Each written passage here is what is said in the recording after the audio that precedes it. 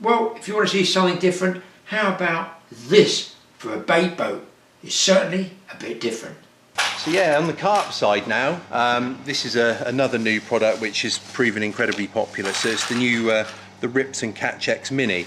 You know, looks fairly standard in terms of bait boats these days, but what kind of makes this one stand out, and don't get me wrong, this is still a lot of money. This isn't, it's, you know, 2023 we're looking at. Yeah, but at the same time, the amount of technology that's crammed in here, I mean, this is a very clever piece of kit. You can, via an app which you can download, you can actually set this to go out to your spot in the lake essentially. It will automatically come back to you. You know, it's got so many features for its price point. You don't steer at all then? You don't have to. You could literally set a point on your phone with using the GPS, and this will go there and come back. So it's incredibly clever. You know that. You know, how does it work? When you put your bait in that's there? right. So this little mechanism here opens. You lay your rig in here. Yeah. And then that just drops away. And you put loose bait over the top. That's right, loose bait if you want. You can fill this right up, yeah. Or you can just take out a single hook bait. But it's a very... Two little, I'll call them impellers, whatever you call them. That's right, yeah. It's a really clean, simple design. It's basic, isn't it? Yeah. Yeah, absolutely. And why the lights on the back? So you can see where it's going or coming? You can see where it's going. You can also, I think they may also let you know that the bait is dropped. So you'll know that you'll get an indication that essentially it's, you know, it's fulfilled its task and it's ready to come back. So, and it's not overly huge. I feel sure I've seen bigger ones than that about. They are on the lakes. That's the other thing as well. The run time on these, which has always been a problem previously, it's got a great run time. Just a very good boat in general. One thing caught my eye. I thought, what on earth is that for? A line control arm. Oh, line control arm. Is that something to do with casting long distance? Well, actually, these are used in conjunction with bait boats, so this just helps you and able to, it feathers the line for you in essence, so that when you're driving your boat out at distance, this is keeping your line under tension so that you don't get line all over the place. So it's just an aid to essentially using a bait boat. So when they drop the rig, the line's straight from the rig to your rod top rather than going all snaky across the surface. If it's windy, a windy day. Exactly, that just means that your line, without having to do it manually, because you, don't get me wrong, with the tech on this particular boat, it will drive out there, so you don't necessarily need to be, but with a lot of bait boats, you'll have a controller in one hand. It just means that it's one less thing you've got to think about. So it's just a solution to a problem. But that's clever, isn't it? Yeah, very clever. And on carp size, I see a boilie cutter. Yeah, that's just... Why are you cutting boilies up now? You know, when you can get big ones and small ones. Yeah, you can. I mean, again, this is just for baiting. So if you were looking at spodding your boilies or making a PVA bag, just various baiting applications, this means that you can crumble them by hand, obviously, but this just gives you a lot quicker way of doing it. You just literally just so you slide them in there, as I can see in the pictures, like tubes. That's right. You put the boilie in there, and then you got a cutter there. A bit like those luncheon meat cutters. Yeah, just slice it, and it just means that if you're, as I say, baiting up, whether that be putting in a bait boat, PVA bag, spod mix, it just means that, again, it's efficiency and just a simple product but a very popular one. Well, listen, bait boats, they're either something that you would think of like Marmite. You either love them or you hate them. I mean, do they actually take the skin out of fishing, or do they allow you to put a bait to a place you would never be able to cast to? Got to sort of think about it a bit, haven't you? Talking about thinking about things, let's go over and have a little thinking session with Graeme, who's talking stretchy elastic. Hi Graeme, I've seen some of your catapults in your tackle the other week, and I believe they're pretty antique. You know, your main and your bait goes everywhere. I think time to invest in a newer style catapult. So these ones, there is many of them. I've just picked two off the shelf because these are something a bit different, which isn't the same as all the old ones. So this is by Guru. This is their power pult, I think, and that one's called the Incredible Pult. Funny enough, that is green, and they're adjustable as well. So nice and soft. A long elastic on it. Long elastic like that, so you can ping. But the bonus with these, it's totally different. They've got these little collars on the back that you just spin round.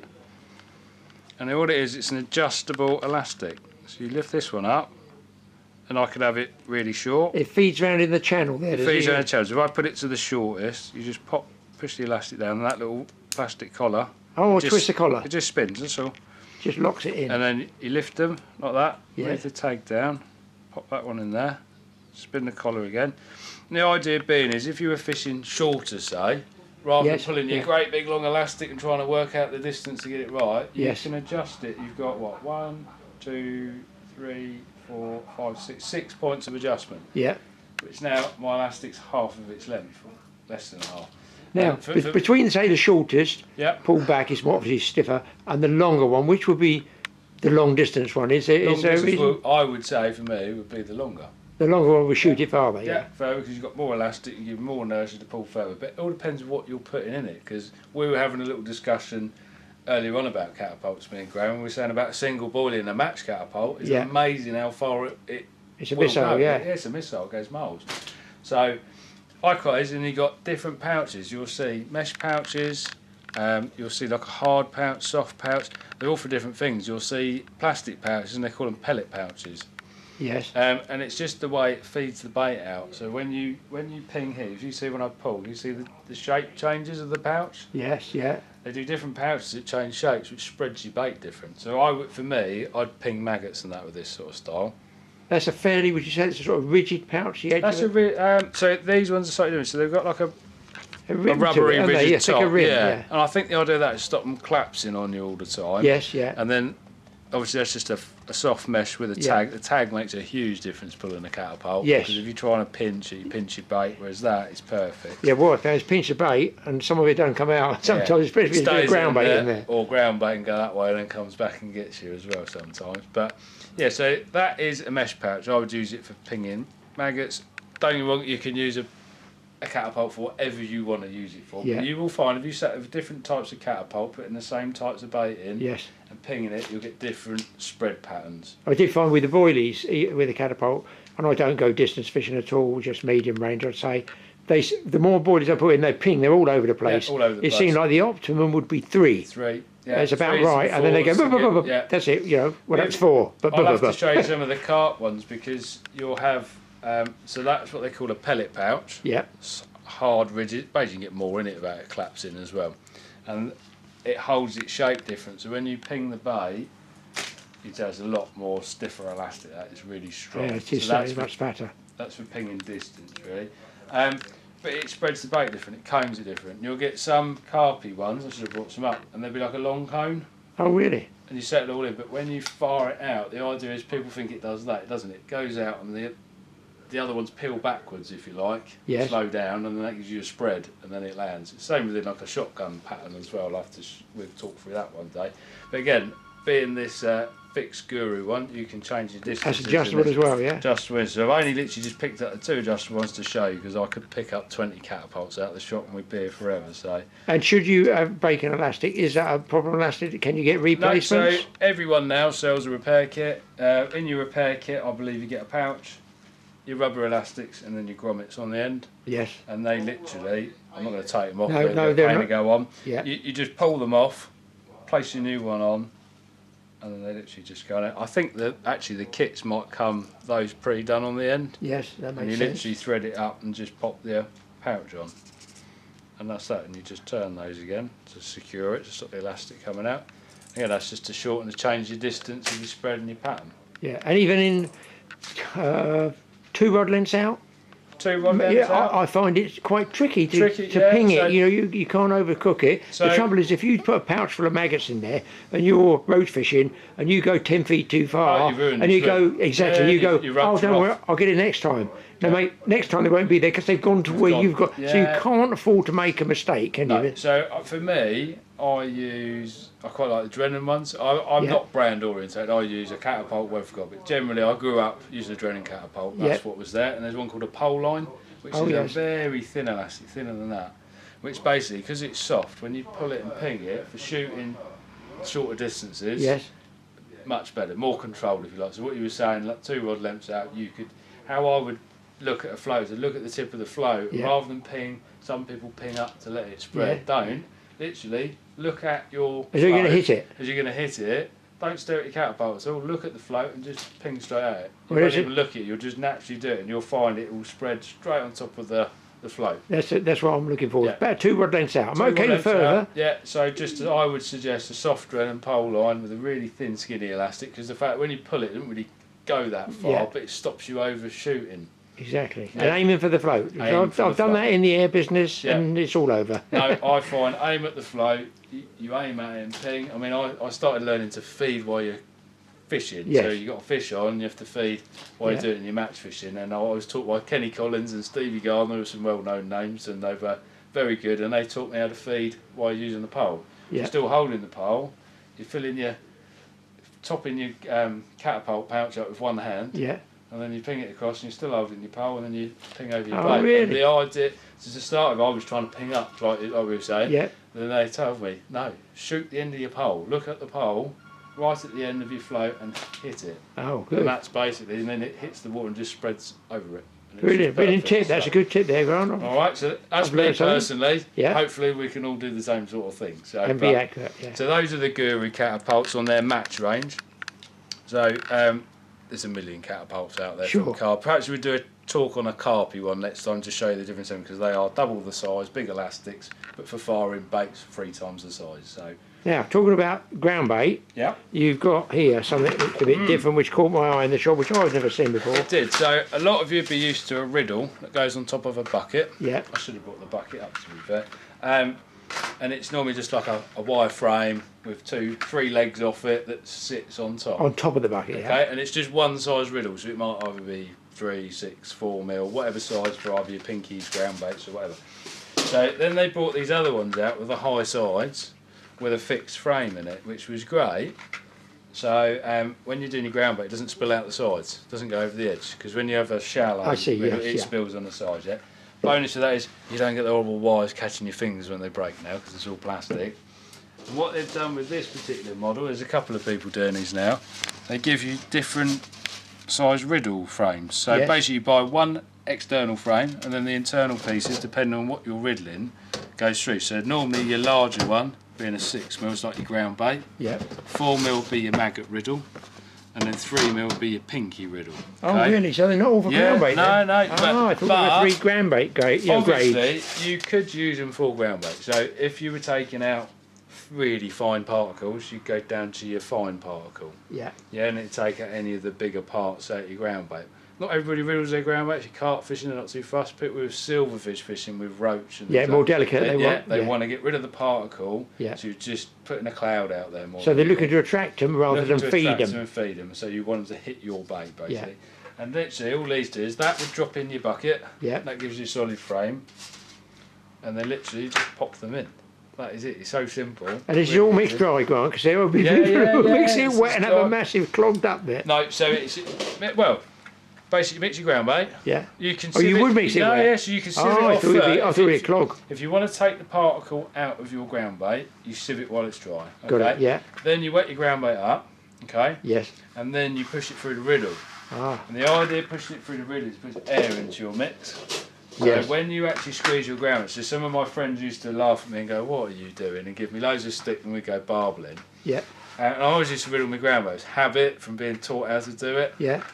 So you just push it through there and just keep smothering it through. And yes, it will clag in there, but you use your hand, just keep pushing it through. It's not sharp, it's very, you can feel it's very smooth, it's not sharp. Oh, here's you're going to catch your fingers Yeah. on it, yeah. So, and it's so strong, that stainless steel wire, it never breaks like the old stuff. Yeah. When you riddle it through, it basically makes your ground bait air fluff up. So when you grab it and squeeze it, it gets a lovely ball. But when you chuck it in, it just all breaks down lovely. I see, putting And the air basically- into it. And you get more ground bait out of it because you're fluffing the mix up. You'll get Yeah, more yeah. feed to it. So And it's sink a bit slower, I suppose, because Sink it's a got bit the air in slower. it. Yeah, definitely. So as you say, you get 3 types in there. I think they're roughly about £30 now, but if you were to Yeah. buy just a single riddle of one like this type, it's probably about £20. So to get the extra sizes, Yeah. I think it's quite good value, and it gives you multiple choice in one thing. Good. Well, Grant, So- listen, I appreciate that. Thank No you very problem. much. Now I've learned a couple of things there, especially the catapult with the float. Well, perhaps we'll film you catapulting sometime, It Graham. might be a We'll see bit how it embarrassing. works. It might be a bit embarrassing. Yeah. All right, thanks for that, Grant. Some tips in there, guys. And want any other information, get in touch with Grant, and you can pop in the shop and have a chat as well. Lovely. Cheers, guys. Thank you. Let's hope I can finally improve my accuracy a little bit on that 2-rod length out. It's like ping technique. Is it too far or too close? By which time I've moved the fish all over the place. But I do my best. So something different than the catapults there, guys. Now, off for, yes, Graham's favourite, some olden time stuff.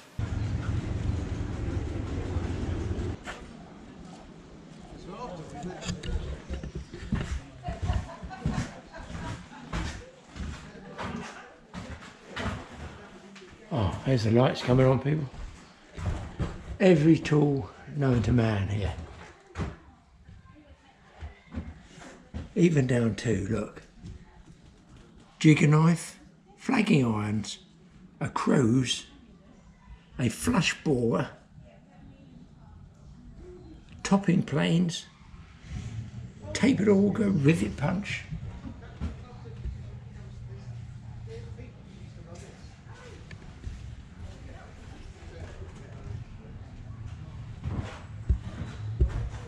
Every manner of pitchfork you could wish to see.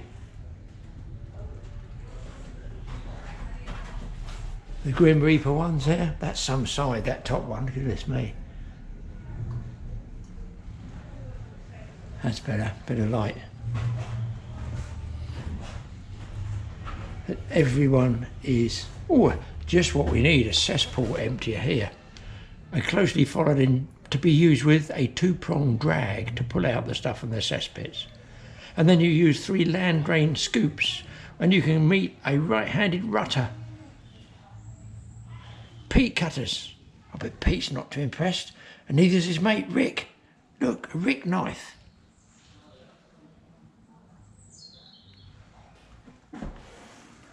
That is a measuring chain. I know because I've looked on the number chart. And who wouldn't know what this is? Of course I knew what a bavin bunder is. And I imagine that's a bavin. That's a weird thing there. That looks like a peat cutter or turf cutter or something. A cross-section cutting spade it's called. Now there's 3 different ones there. I've seen these when I've done other outdoor shows, 8, 4 and 12. A hedger's billhook is the top one. A billhook is the second one, so that must be what I've got. And the curved one is a light billhook, so there's 3 different types there. And those 3 are called slashers. This one, I've used a smaller version, Mike's got one or two, a draw knife, shears, a side axe, number 10, and a heading axe.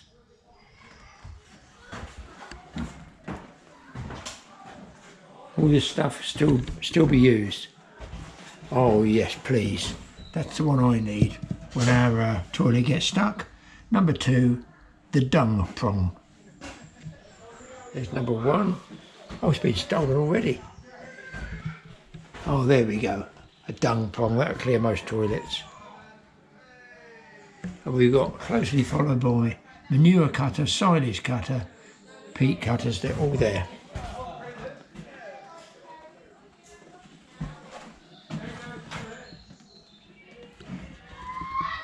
Look at the number of cleavers they've got there.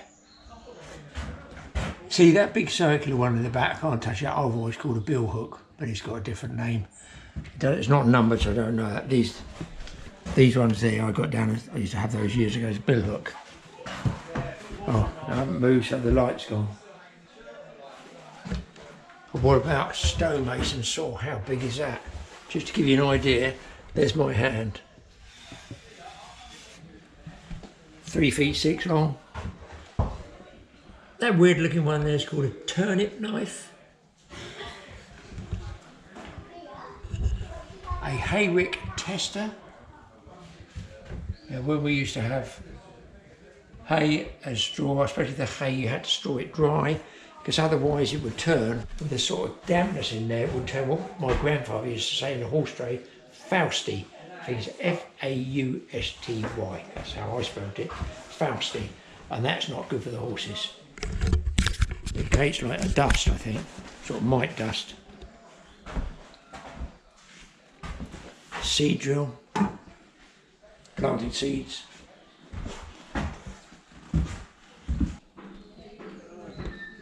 All sorts of thatching material, implements, hooks, squigglers, wigglers, whatever they call them,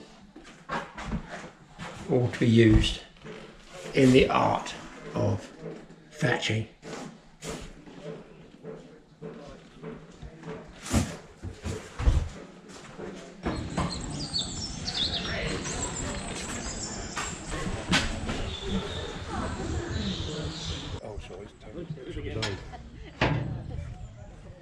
Yeah, see, earlier I was saying it looks like the Jeepers Creepers. Yeah, Did you build it on the a hill? lot of youngsters. I'm not they sure I watch want to see in films the and back. stuff. Oh, so there's no bodies in there. So what is it? Tell us what it is engine-wise. 200 TDI Discovery engine with a 5-speed R380 two-wheel drive gearbox and right-hand drive with Discovery servo brakes and clutch. So it's all standard running gear, but the brakes work and it's economical and not go anywhere. And So what's the body? What is the? it's 47 Ford panel van.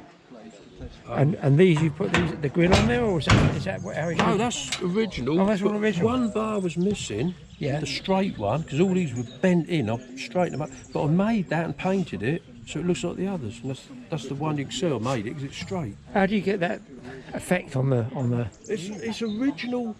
Most of this is original, but that brush marks I put Waxall on it, and I should have wiped it with a rag, so the brush marks are just Waxall. But this is original finish. It's how it was. Came from California on a vineyard. And it was used as a working vehicle there, I imagine, was it? Yeah, I don't Or know. in a shed. So, Yeah, it's probably used for delivering wine or bread or something. But it had been ragged around, I think, on the farm because all the panels were dented bad. oh, I see. Yeah, yeah. So I've just beaten them out roughly, but everything was dented. How long The have you front- had it? I've been on the road about 7, 8 years. Oh, really? So it's a good runner. Yeah, it's economical, flies along. It's reliable. It's big, isn't it? When you look at it, the size of it, it's big. Yeah, but that's it, you can sleep in there. Yeah, You it's carry big, yeah. motorbikes. I used to race flat track. Carry bikes and sleep in it. What do you used to race? Flat track. What is that? Oh, on speedway. It's not tracks, scrambling. American. Not scramble. I used to do pre-65 scrambling on Triumphs. Yes. But flat track is American, like Rotax, or I was in the vintage on Triumphs again. Oh, really? 500 Triumph twins. It's on speedway track. quarter Speedway. mile, That's what I'm looking at. That's but the word it's I'm the looking at. American version, flat track. I've dirt got you. track. Yeah, yeah. The bikes look like proper motorbikes. Like our speedway bikes, it looks like a bicycle, don't they, with a jam engine in it. Yeah, yeah. Yeah. Looks nice. It does look nice. The gentleman around the corner's got an old motorbike, Hudson. I've never even heard of it. Oh, So when he did me a little talk about it, yeah, it looks really nice. A lot of people photographing it. When I see it. Yeah, this gentleman's photographing everything as well because you don't see stuff about it. That's what I'm doing. No. I have a fishing show, but we have a lot of. Seems weird, doesn't it? But we have a lot of older guys. Yeah. Don't take offence to all us. We're all over 50, and we're most people around here. Yeah, or 60. That are interested in the old stuff. Oh, that's And good. I just take it on the end of a fishing film. Oh, yeah. Occasionally people go, whoa, you should be fishing. No, it's life other than fishing. A lot of comments, a lot of interest. I thought I must make the effort to get little bits of footage. Yeah, that's But fine. it's easy just going around with this, because if I use my phone, it's all shaky. You know, you took a picture of that. Yeah. Because of the austerity years and after the war and that, these were never painted. It was just all black. So I got some like magnolia paint, put it on one of them sanding blocks with a bit Oh, I of know. denim over it. Yeah. Put the paint on and just went like that. And then I put, it was like teak wood stain on it and dabbed it on the top, so it looks like it's rough. Yeah, But it I does, yeah, freshly yeah. painted that. They're just black. Really? It's stamped in, but they're never painted. Yeah, you've got it all in keeping. So I just kept it in keeping. Can I look inside? Can you open the door for us to show us in there? Yeah, it's all modern pedals and It's the smell, isn't it? It smells old vehicles, yeah, which when is it gets nice. hot, Yeah, you can imagine, it's yeah. timber framed in the back and it's sort of like Oh, I see it. Yeah, it's all lined out. Yeah. No, they're right. There's no bodies in there now. no, it's just full of junk because you know what it's like. Some things get thrown in and left in there, but it's all nice. Aligned to top. And what's that? A 4-speed box and reverse? is it? 5-speed 5. R380, yeah, over pilot van. So it flies along. 5th slot overdrive. And So it's one of those almost indestructible type of vehicles, isn't it? You know, Yeah, around good engine, logging good trails gearbox. on land, what I call land engine. yeah, and it just keeps going. That's what you want to hear. Keeping going. Yeah. And Driving, wouldn't you? where are you from? Where do you come from? Aldershot. Oh, you're local. You're local. Yeah. Yeah, we do go places though. Yeah. It's quite an Sometimes we eye go catcher. Yeah. 100 mile to a steam rally and 100 mile back. You know. Yeah, I 200 do mile a those day. rallies. Yeah, you do. Flies It's a lot. mileage. Yeah. Well, glad I seen it here rather than driving along, because I wish Yeah, I'd photographed that. It's like a flash, and on the isn't it? motorway, it would be you good. wanna- Stop, That's fine. That's great. Thank you very much for that. Brilliant.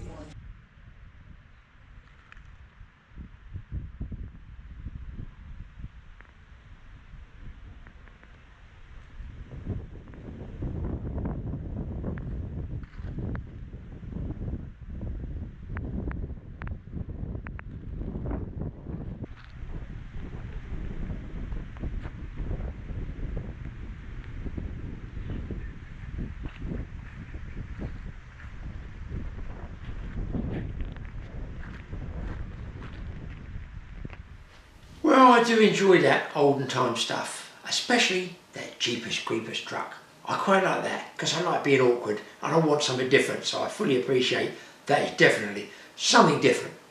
Now, I went off for a walk in the forest on my own. I thought I was going to get lost, but it's autumnal walking, often the best time to get out there. Well, folks, I've made a huge screw up because I've come to film some Land Rovers in Surrey. I've driven all the way here and it's the wrong day, but what they have got here is a heathland. So what they were talking about on the information was that this heathland was very important years ago for people, because they could get everything they wanted from the heathland for their animals. They got all the bracken for bedding, they could cut up the turf and use that for fire. They graze their animals up there so they had meat from the animals, I guess milk from cows, so they could survive.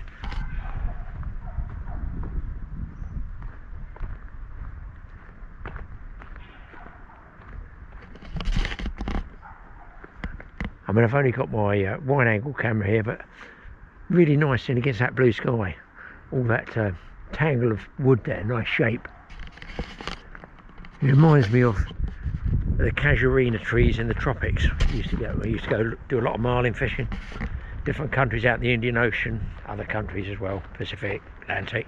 And they get these casuarina trees, which are like a pine needle, very fine. They go right onto the edge of the beach. You can see here all these straight trees, I guess was be for timber years ago. Tree people tell me, should ask Mike really. Scots pine, these ones.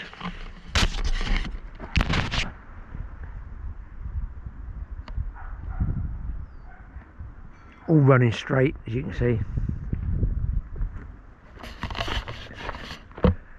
And the bulk of their leaves, pine if you like, is at the top, you can see there.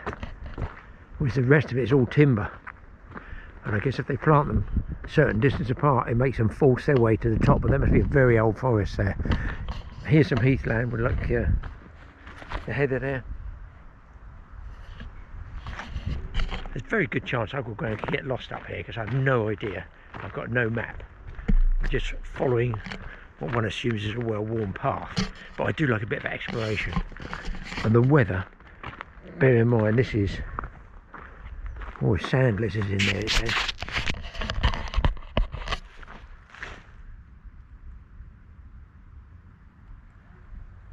Maybe they just lay on the top there in the sun.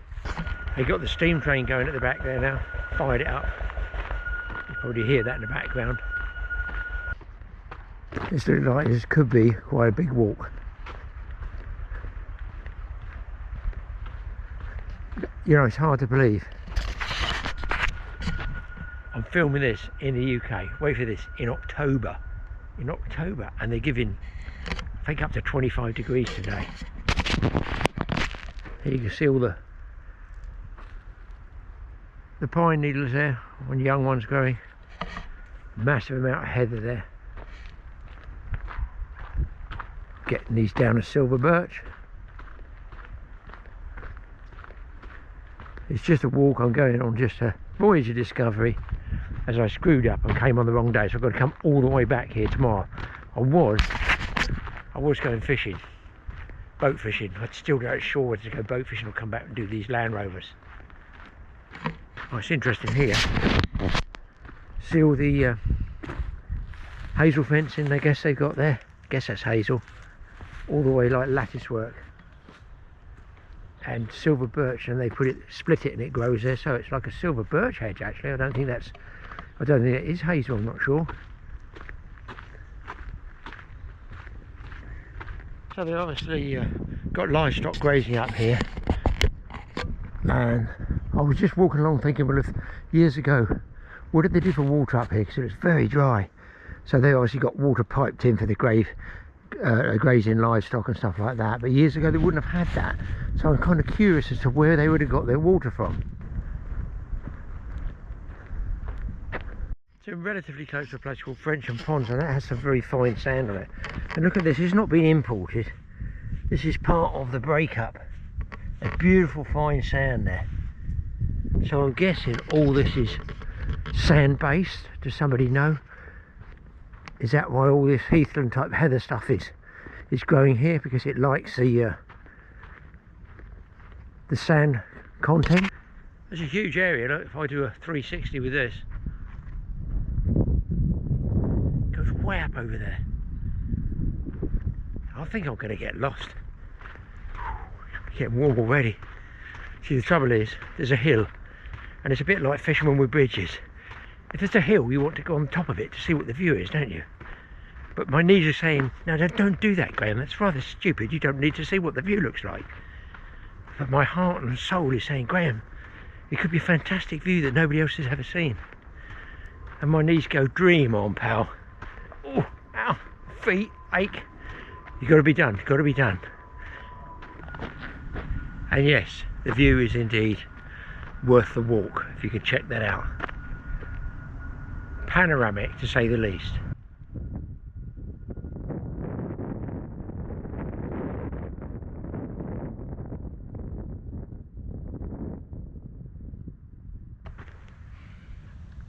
So is this one a different type of header than the rest of it? Because quite a bit of it's sort of died off.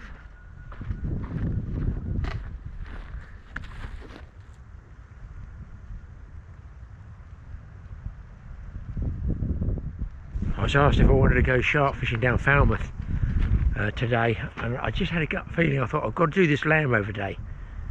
I could have gone shark fishing, couldn't I? But it is really pretty windy, and I think it's southeast. Anything with east in it is never good down Falmouth. Or indeed anywhere. There's never a good wind called east. This is interesting. There's some wind chimes here by the look of it, made out of porcelain.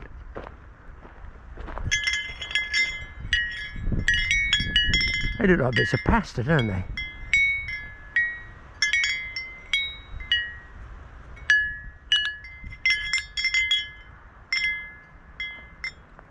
And then some more here.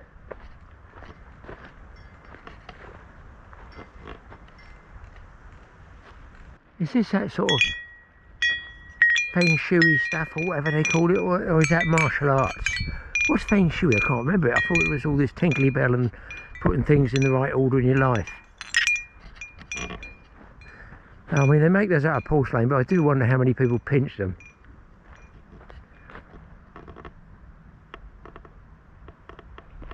You can see way in the distance the hills over there, so it's quite high here. There's no way I'm walking all that. I don't know how far it goes, miles by the look of it. You see the sort of sand effect there? Let's chunter on up this hill. I like hills, so I don't like going up. I've got like the view at the top though. Actually, it's not too far for me. It's about 25 minutes. It might actually be a walk in the winter with the wife and the daughter. You know, we like coming out for walks. So this might be one. I don't think the wife's knee's going to appreciate the hill though. Good going down, not so good going up. I tell you what, here's a place to come for your Christmas trees. Not, that's a joke guys, it's a joke. There'd be some clipboard Charlie saying, oh, you can't touch those, you mustn't look at them. Charge money to look at them, you need a licence to look at them. This looks like deer fence. Wouldn't surprise me if I see deer, but you need some grazing for the deer. You can walk permissive pathways both ways. I'm going to walk along the ridge here. This is a ridge of the, there's a widowmaker. See, it's blown over and it's just the other one's holding it up, and of course that one is now leaning. So being near a footpath, I guess I have to cut that one down for Mr. Health and Safety.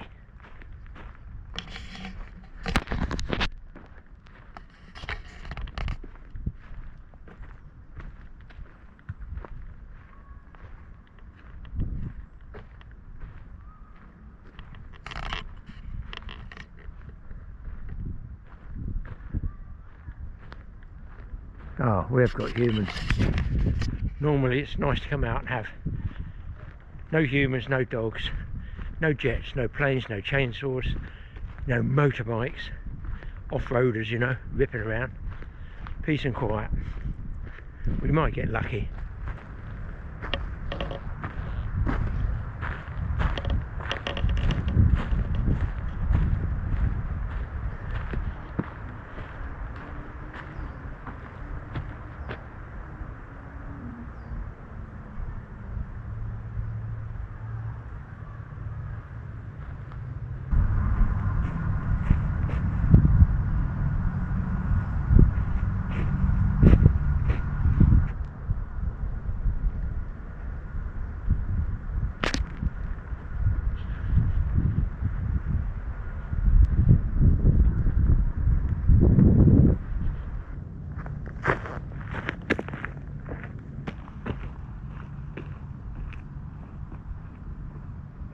See, the bracken is just about to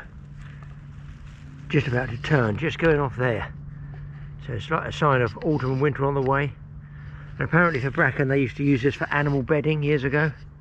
The people who lived in this heathland area. And Mike tells me he doesn't like brushing through all this stuff. He said this is where you get ticks. And the ticks obviously do come off the deer and I guess other creatures, and they carry that Lyme's disease, I think it is. So that's something we don't need to get. Nice colour to get this green in amongst all this brown. I mean, look at the two there, the contrast between the green here and the brown. Look, if the timber people would think it's Christmas and they'd just butcher the whole lot for planking. So it's nice to see that the forest being left alone for a change.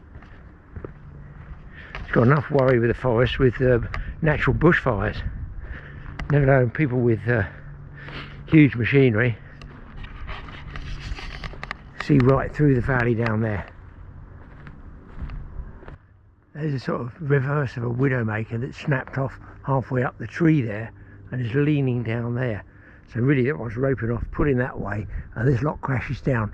So out of the two I would think that one's way more dangerous than the other one that was leaning, because there's only a tiny piece that's holding that one up there.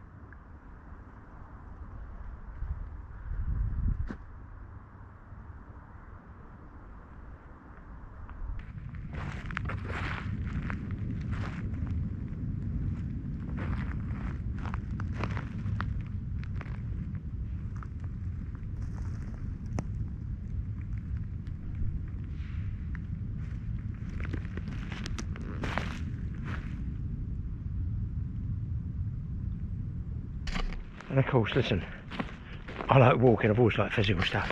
We do quite a bit of walking with the wife and that. It's not just good for the cardiovascular muscles, keeps your muscles fit, keeps you moving, my age, keeps your joints going. It's also good mentally to get outside.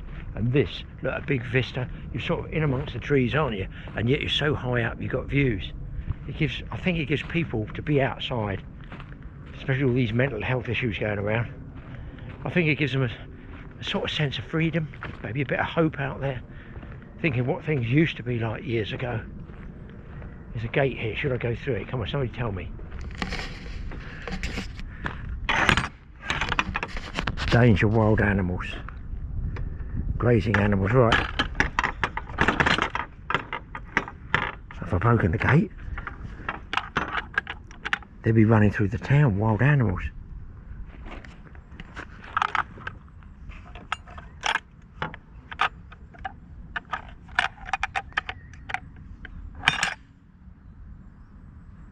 Oh dear.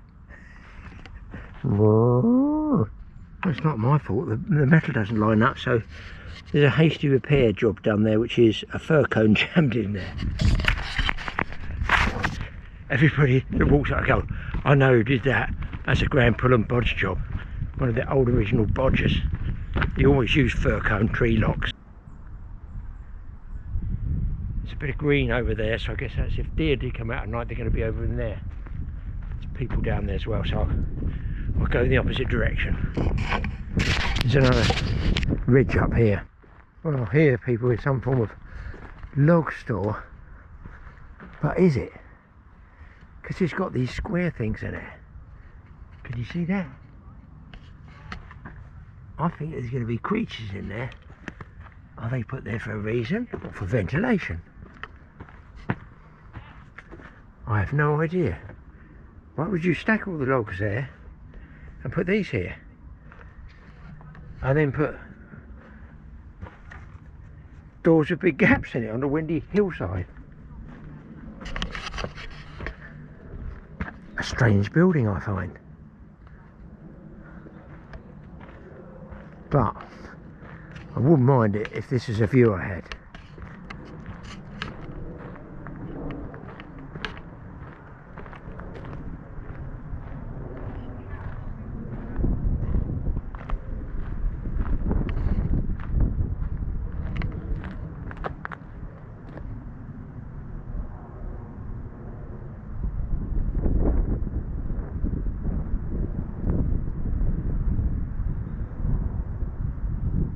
It sort of reminds me of somewhere like the higher pine forest in, say, Canary Islands. They get them on as soon as you get height, the elevation, you get these.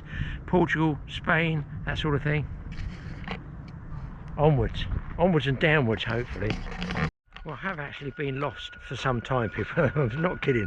It's monumentally big, but I'm following the doo-doo marks there, and way in the distance I can hear a steam engine or some sort of steam engine going. So I'm on the right track.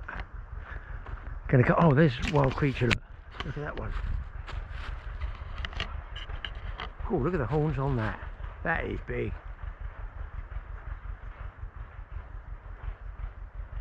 Oh, I'm actually quite relieved that I didn't have to meet him and ask him directions.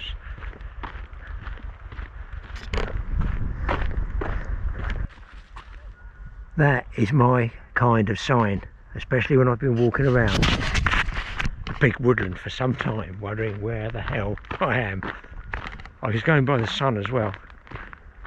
It's just sort of, if you ask anybody, it's turn left at the next tree.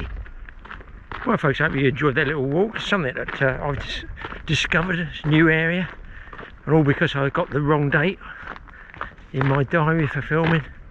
So I'm a great one for trying to salvage something out of the day.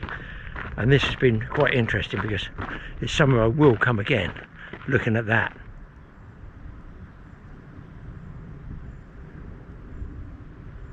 Well, thanks for watching that mixture of clips. Hopefully there's a little bit of information there to interest everybody, and of course I will do my best to bring you one next week if I can, while I can. Obviously time, I can't keep pounding them out 2 a week like this because I've got other jobs to do, but I will do my best. So thanks for watching TA Fishing Show. Don't forget to go over to Mike's TA Outdoors, check that one out, or there's something going on there. Oh, talking to Mike, don't forget, he said, Dad, to mention, you know we don't go ramming it down your throat. Well, I am now. He's doing new designs. Got that one? It's a new sweatshirt, and that's on the front, guys, and this is on the back. I don't know whether they're up on the website yet, but there you go. Totally hooked there, and a more discreet fishing logo one there. I've no idea what they go for. Check out his website, they might not even be up yet, but coming up on the way, present time of Christmas. If you want to support us, great. If you don't worry. We're not one of those that ram it all the way down. Well, I just have, haven't I? No, you know what I mean, I'll try and keep it sort of balanced if I can. And Mike's thoughts for that, I have nothing whatsoever to do with it. We'll see you in the next show, and hopefully it will be interesting with some different topics. See you later.